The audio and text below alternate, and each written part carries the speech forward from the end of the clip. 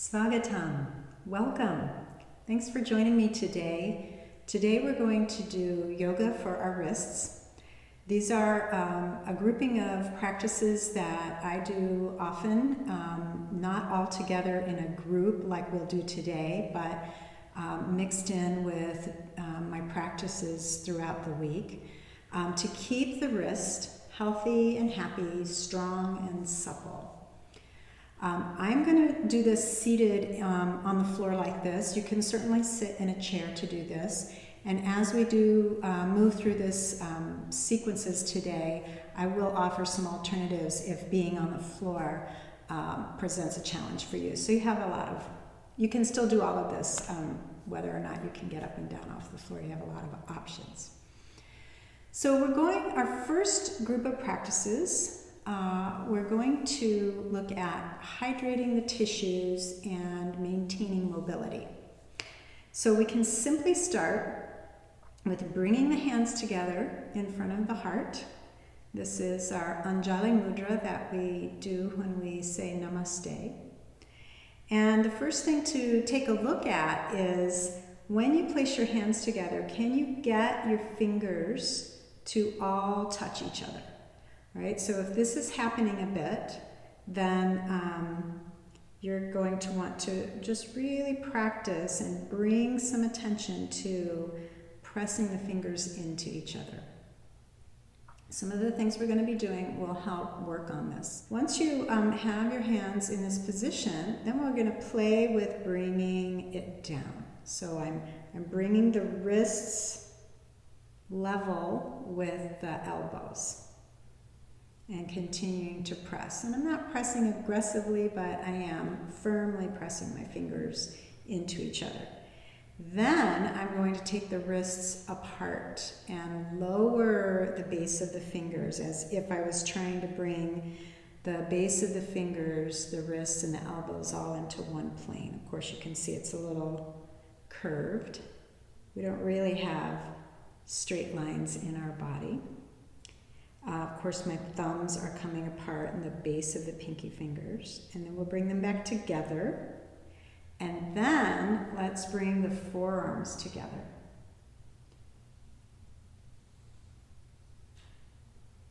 Elbows apart, wrists apart,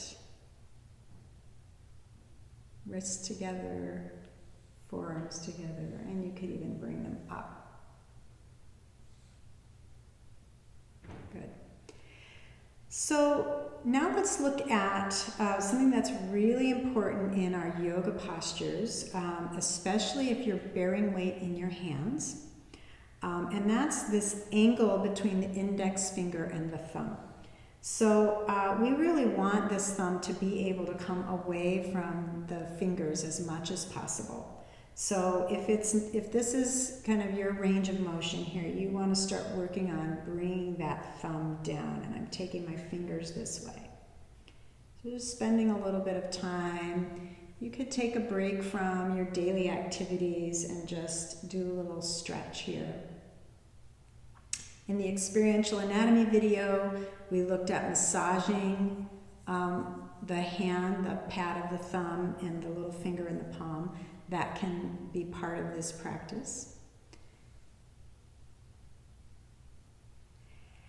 And then I want to do random movement. So random movement is, I'm just looking at this hand as if I've never seen one before, and I want to explore what does it do. I'm looking at all the joints and seeing if I can make them move. Now, if your hands were really stiff and you could actually just use one hand to help move each joint, all right? But right now I'm just playing with moving every finger. And I like to pretend that I've got a long feather on each finger. Or, even better, would be tentacles. So choose your image that you prefer. If each finger was a tentacle and it didn't even really have these segmented joints, that would be pretty cool. And you can see I'm not just moving my fingers, but I'm moving my whole palm and my wrist, and of course this kinetic chain, the forearm, the elbow, and the shoulder. So this would be fun to put on some like belly dancing music and let your fingers belly dance. Good. So this can be a nice break from the computer, and for artists, sculptors, knitters, people who use your hands, mechanics, you can stop and do some fun random movement. This brings hydration into all the cells. What moves gets hydrated. Okay, so then we can take this fun, crazy movement and bring it into that wrist roll that I did in the experiential anatomy video. So I'm trying to keep my wrists connected at all points. And of course we know that this isn't just working our wrists, right? This is getting into the entire arm, into the shoulder blades and everything. Into the hands. You can go the other direction. Good. And then let's clasp the hands. So as I clasp my hands, I'm going to turn the palms away from me and stretch them out. And I'm taking my pinky finger and my thumb away from each other. So I'm not letting this happen. I'm stretching them away as I press through the fingers. And then we'll come back and we're going to change the lacing of the fingers. So when I said clasp your hands, we all tend to have a very habitual dominant side that we do that. So for me, my left fingers go on top of my right. So I'm going to switch that, which can, if you've never done this before, can feel really awkward and weird. So that's even more of a reason to do it. Press the palms out, stretch the little fingers and the thumbs away from each other. And then we'll come back. I'm going to go back to my first interlacing and stretch out and up. This is more for shoulders, but it's interesting with that whole chain, how this can affect your wrists. And then we're coming back, change the interlacing of the fingers, pressing out and up. And notice that I'm still keeping my little fingers and my thumbs stretching away from each other. Good. So as I was mentioning before, like people who really use their hands a lot, I mean, we all use our hands a lot in daily life, but people who are artists, sculptors, painters, people who knit, people who are using tools, which, as I said, mechanics, even gardening and things like that. So we're just always grabbing these tools. For the students that I have, I give them a bouncy ball, these little bouncy balls that you get out of those little bubblegum machines, and we do a massage. So you can just roll that ball around in the palm of your hand, into the thumb pads, into the palm, into the little finger side. This can also be done on the floor. So get yourself one of these and keep it handy somewhere. Pun intended. Not initially, but eventually it was. And just work, random movement, so great. Work the palm of the hand with that ball. This can be such a great break for you if you're using your hands a lot. All right. So now we're going to move to some practices that I do for strength and for preparing the hands for bearing weight, but we're still working a bit with mobility. So I'm going to create some space here. If you're sitting in a chair, you could do this at a wall, which I will show, or even at a table, so that you don't have to be down on the floor if your knees or feet don't do that easily. So this first practice is simply placing my palms on the floor and moving in different directions, moving my hands in different directions. Okay, and you could sit back on your heels while you do this. You can do this with your hands to your sides. So I'm not bearing a lot of weight here. I'm just moving in different directions. I will show this at the wall in just a moment. Okay, so that's a good first practice. My weight is really in my feet here. You can also go here, and here you definitely don't want to bear weight, right? So I'm just moving the back of the hand around on the floor. So there's another thing that we can do, and again, I'm going to show this at the wall in a moment for those of you who are watching me and saying, no way, where I'm going to roll. So remember we did this? So now I'm going to roll on the floor. So I'm imagining, just so you can understand what it is I'm doing here, here's the wrist area. I'm imagining that this is paint, and I'm going to try to completely cover this with paint. So that just means this has to touch, all these areas have to touch the floor. And I'm rolling. And while this may seem like a really awkward and weird thing to do, sometimes we fall, right? And when we fall, we often land on our hands, our wrists, our arms in very awkward ways. This kind of practice helps us to bring some mobility to all the tissues and some familiarity to being in these weird positions, so that if we fall and we land on our hand in a weird way, it's kind of something that we've done before. Maybe not with that weight forcing into it, but we have a better chance of minimizing the amount of damage done to the soft tissues. All right, so just this weird rolling movement, which came sort of out of this. And now I'm going to show how I can do all those things at a wall, although it occurs to me, standing, you could be doing all of this at a table, doing the different directions. But I will often do this in class for people who the bearing the weight either on their legs or on their hands on the floor is not good. So I'm just walking the hands in these different directions. Palms facing you.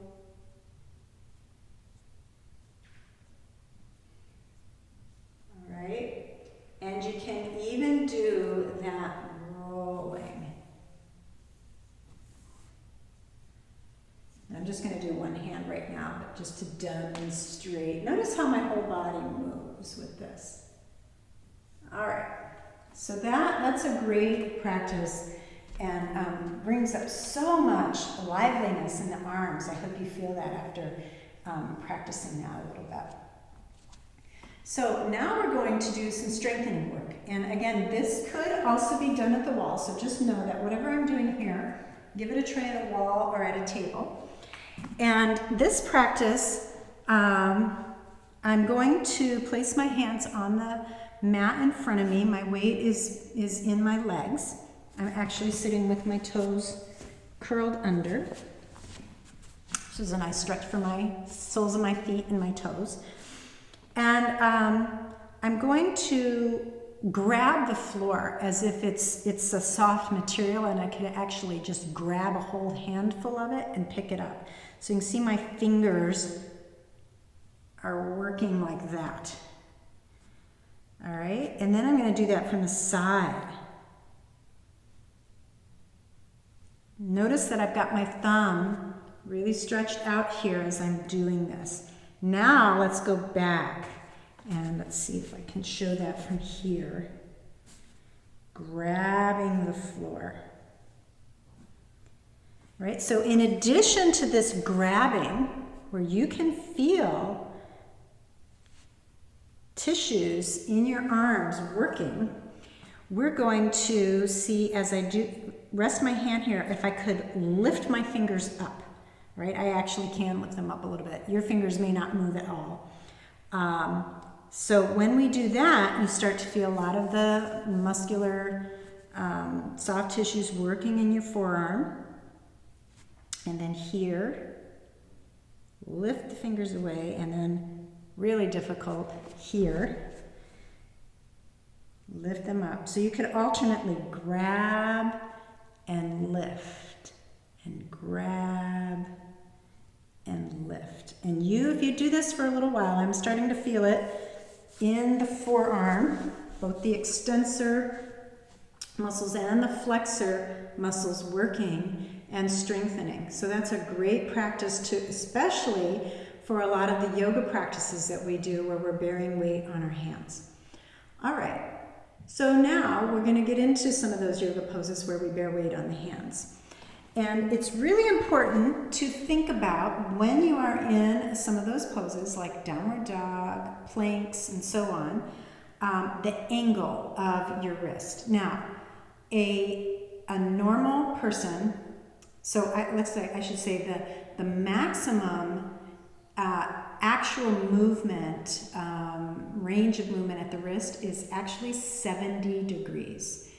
Typically people have about 50 to 70, all right? So 90 degrees, when it looks like we're bringing that hand back to 90 degrees, a 90 degree angle, you're actually collapsing that arch of the hand. The other bones are distorting their position to give that illusion that we've got a 90 degree angle. So this is damaging to your carpal tunnel and the arch of your hand. So we want to maintain the arches in the hand and wrist when we're bearing weight to protect our hands and the health of our hands and wrists. So one of the first things for you to pay attention to when you are doing some of these poses, so let's say you're just doing spinal waves, you know, the cat-cow. Think about placing your wrist underneath your shoulder as opposed to your hand under your shoulder, right? So this is extreme. This is an extreme angle here. So bringing your shoulder and your wrist aligned and stacked is going to be much healthier. You're going to have that ability to maintain the arches here when that hand is forward of the shoulder. The more challenged you are with your wrist, the further forward you'll want to put your hands. So that's just something for you to pay attention to in your own practice, or if you're in a class where you're receiving some instructions that you're finding are creating pain, discomfort, or days after you have a lot of pain and discomfort. You want to make that adjustment for yourself, and then maybe you could speak with the teacher and just let them know what's going on and why you're doing that. So the other thing I want to point out is when I'm on my hands, I'm always working on that L shape from the index finger to the thumb. So, so bringing the thumb, and you could kind of put the thumb down and then stretch the hand away, all right? This takes time to develop, so just give yourself time, but really kind of grabbing with the thumb and spiraling your hand away. And you don't necessarily need to make all your hands electric and really spread them out. It's actually an interesting thing to try is that if you really spread the fingers dynamically like this and take a deep breath. And now, shake it out a little bit and take your hands out and not be quite so electric. You can stretch your thumb away, but let your fingers be a little soft and take a deep breath. or this might be a typical yoga movement. For example, if my wrist is straight or here. So let's try straight. Take a deep breath. And then take the fingertips up a little bit. And take a deep breath. So I just want you to play with that and notice whatever it is you notice. But I will say, these electric, widely spread fingers where there's a lot of dynamic action actually changes. It affects your lungs. It affects your breathing movement, like with the ribs, right? As opposed to here. And a straight wrist as opposed to letting the fingers come up a little bit.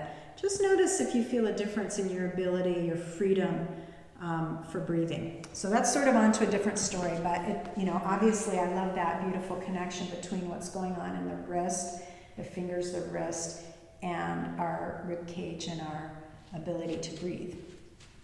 So when I'm going into downward dog, I'm placing my hands down.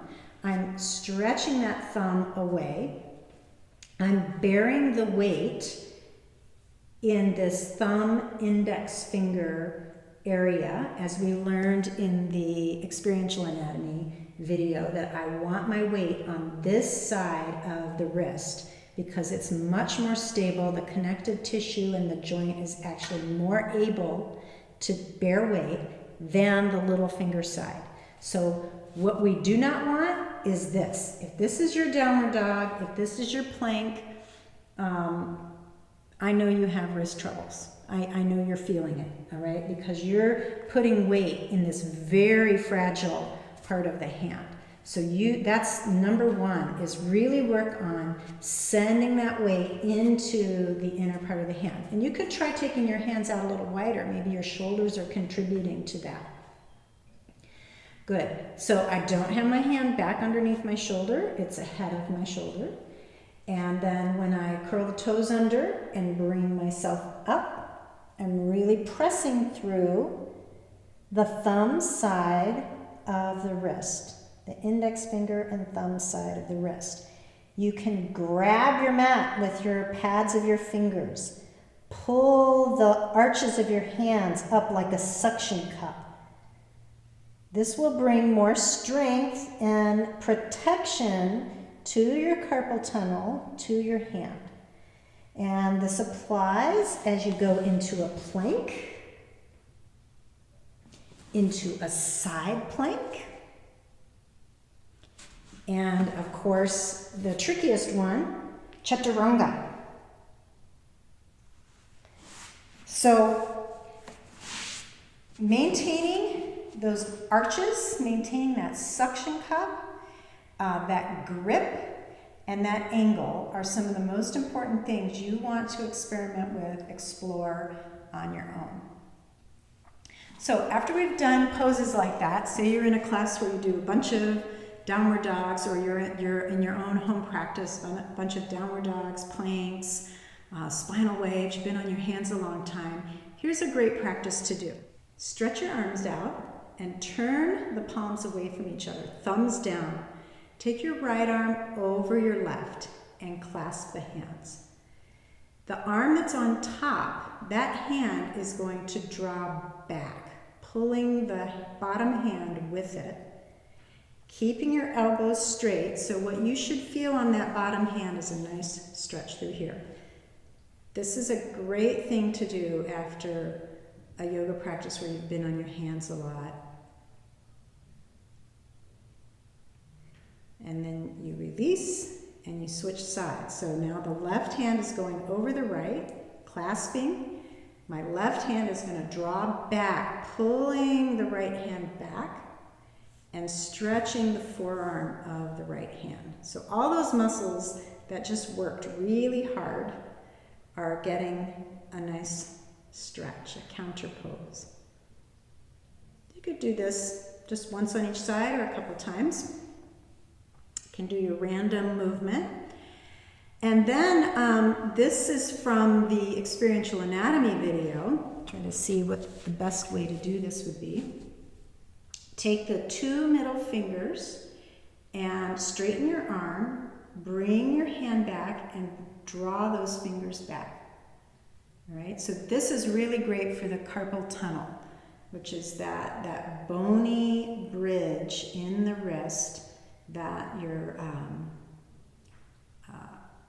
ulnar nerve runs through, and you get a lot of compression in there if you've got repetitive stress with your hands in whatever work you do or activities you do. And this helps to prevent that and to counteract it. So now I'm bringing the fingers pointing down, palm facing me, and drawing the 2 fingers back toward me. Okay, so you can do this after your yoga practice when you've been on your hands a lot. Let's do the other side. Arm is straight, palm is facing away from you. Grab your 2 middle fingers and pull them back. And you can really feel that work along the bottom side of your forearm. And then fingers pointing down, palm facing you. Pull the 2 fingers towards you. Keep your arms straight.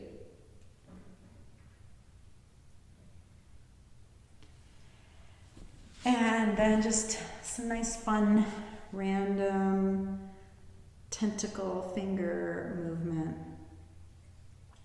And then coming back to Anjali Mudra. So that's a whole library full of wrist activities, exercises, practices, things you can do, and awareness you can bring to a healthy, strong, supple wrists. So thanks for joining me. Give those things a try. Have a great day. Namaste.